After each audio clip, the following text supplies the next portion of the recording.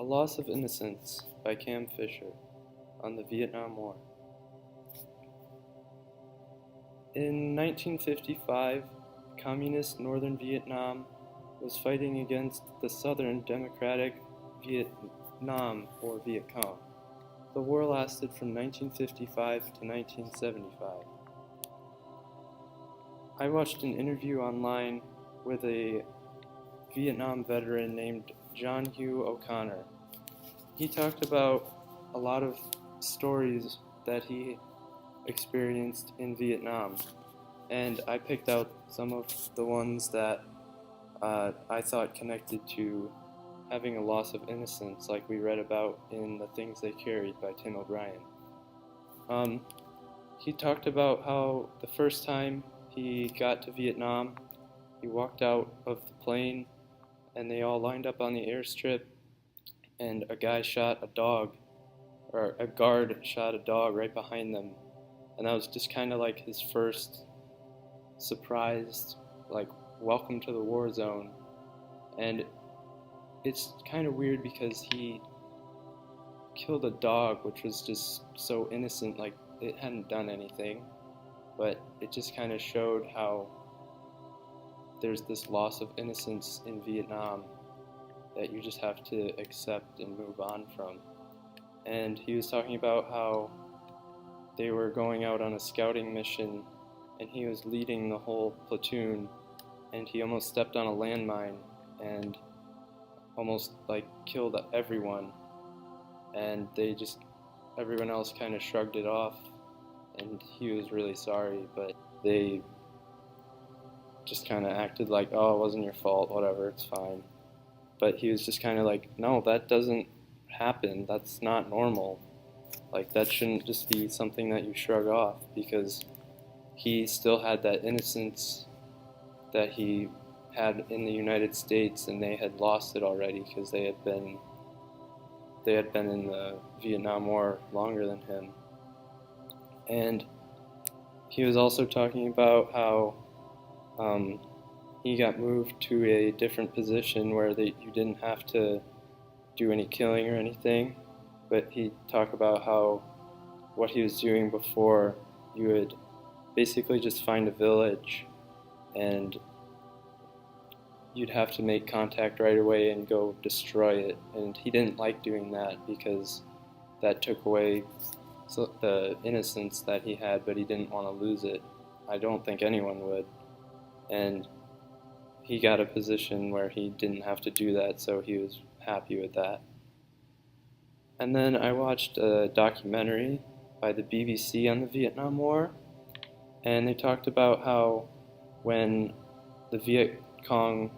got onto American soil, when they broke into a U.S. embassy, they talked about how it kind of shocked everyone in the U.S. to see the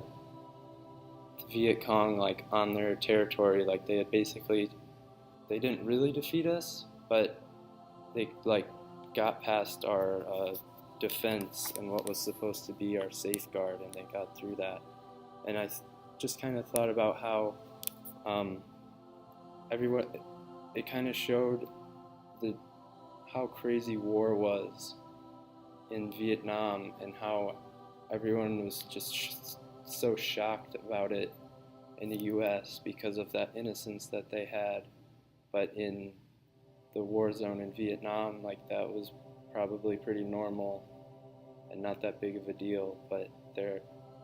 in the U.S. it was, because yeah. And then I just thought they were talking about an invasion that happened on a bridge, and a Marine was talking about how he just remembers the sound of bullets flying off of the bridge, the steel girdles of the bridge, and how he just remembers that distinct sound. And I just thought about how much that must suck, because you have to, if you hear anything like that for the rest of your life, you're going to think about that and become just like traumatized. And no one else would really understand that, because only you have experienced that, and it brings back the terrible memories. But it must be so hard because no one else has experienced that, so they just kind of think you're crazy, even though you're not. And then the last thing is they were talking about how the U.S. Marines had to move into the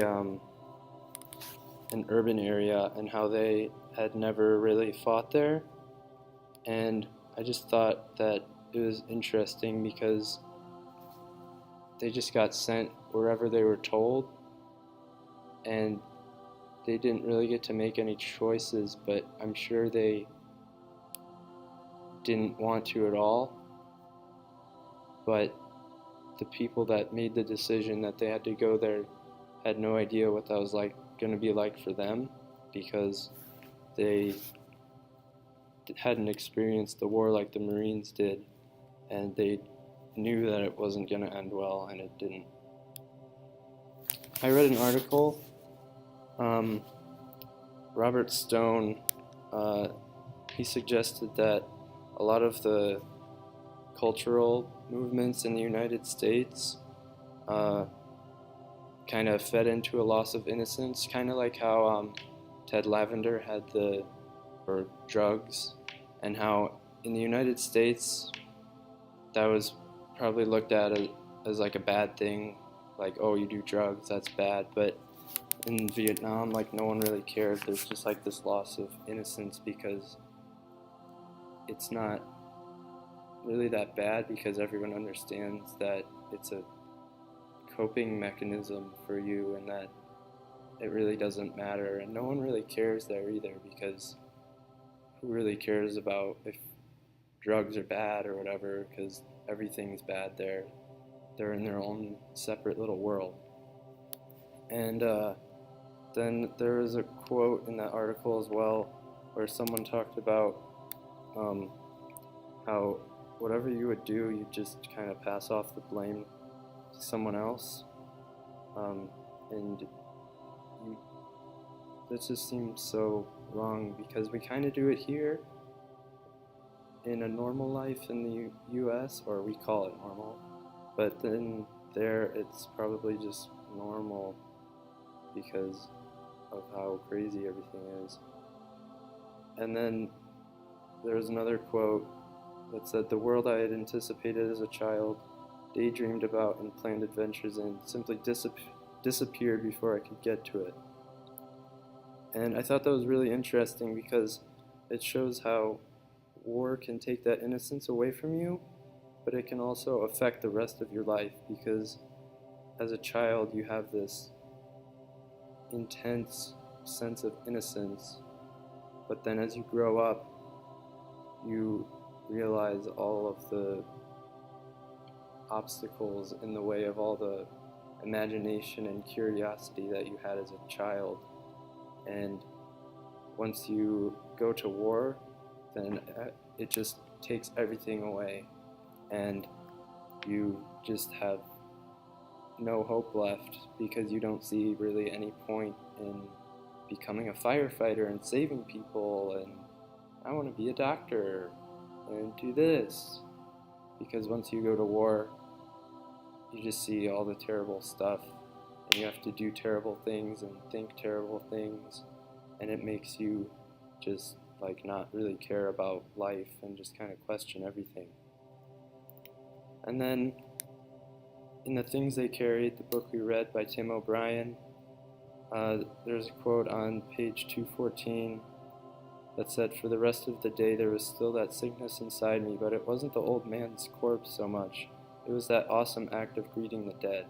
And this is when they were talking about how they had gone into the village and killed a bunch of people, and they found the dead man that they found in the village. They weren't sad, but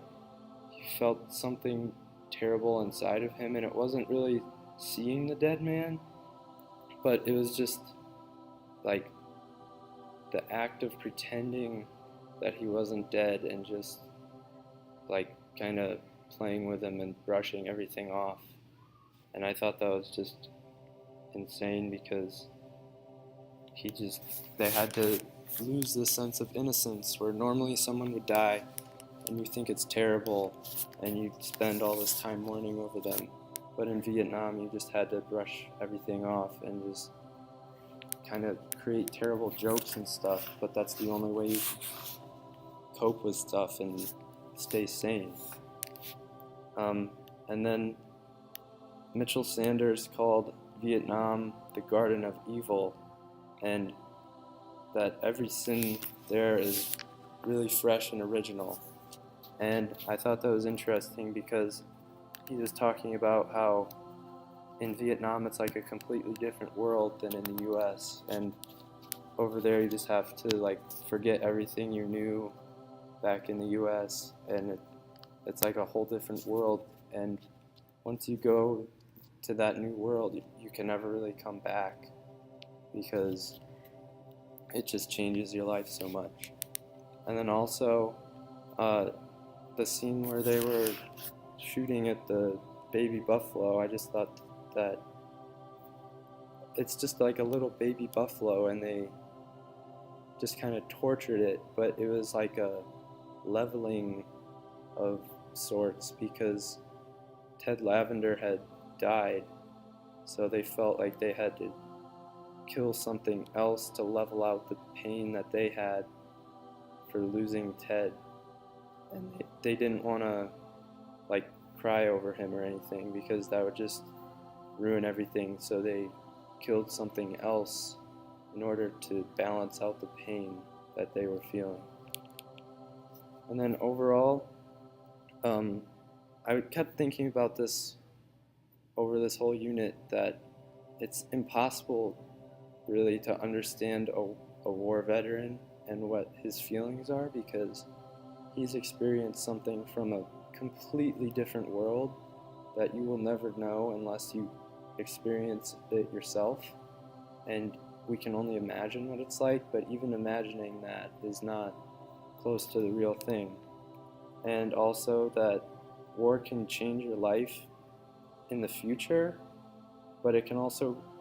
reassemble your past, and how Tim O'Brien talked about Linda and how it just kind of changed the rest of his life, and that he kind of based everything in his future life off of that. And then also that once you lose your innocence, you can't go back because everyone else just seems so different to you. You see everything in a different way, and you feel the same way about, or you feel differently about everything, or just don't care about things that people with the sense of innocence that we have. You don't think that anything is really that important, even though it is to them. And I thought that was really interesting because I think we could all take a lesson from that, because of maybe they have something to share with us that can help us in our daily life.